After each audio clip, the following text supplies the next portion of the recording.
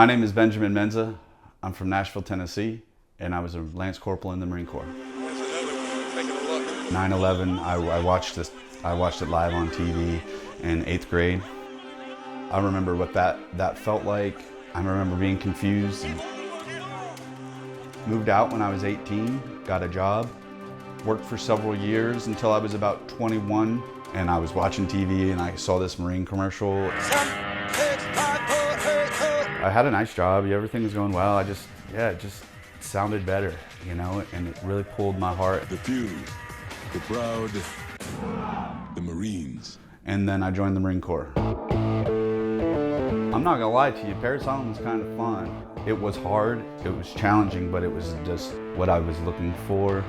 I wanted to prove to myself, prove to everyone what I could do and become. Shortly thereafter, I was contracted to be a combat engineer. In September of that year, I deployed to Afghanistan with 3-5. My job was to do route clearance, so we basically walked the AO every day with a mine sweeping and looking for IEDs and trying to create clear paths for us to walk and secure areas. So we were working long days, back to back. I woke up on October the 21st to sergeant saying we need an engineer. We had some snipers, had seen someone digging in that site. So I was gonna have to go outside the wire. And everything was routine. It was a beautiful morning. And then I was guiding the sergeant across the river. And I remember standing there looking at him, talking to him, and he turned around and said something to me, and then boom, I opened my eyes. I don't know, shortly thereafter, I felt like I had just gotten hit by a truck. I didn't look down at my legs because I knew that they were gone at that point because I could feel it. Like, I could just feel it. I think it was like 30 to 45 minutes later, the helicopter was able to get down to where we were, and I was able to get on a helicopter. And at that point, I remember a British doc gave me some gas and I fell asleep. And a new chapter of my life started. It's hard because you want to come home with your team, you want to be with your, pin your medals on your chest held high. And at first, recovery was hard. It was dark and lonely. And then I remember about 9 months in, I decided that I needed to make a change in what was happening. I can't be depressed and sad anymore at this damn hospital. I started working out and getting stronger again. I enrolled in Lipscomb University.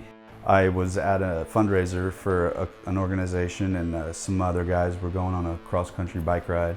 I felt like it was something that I could do to raise money for other wounded veterans. We started a trip from St. Augustine, Florida to Oceanside, California. I did several hand cycle races.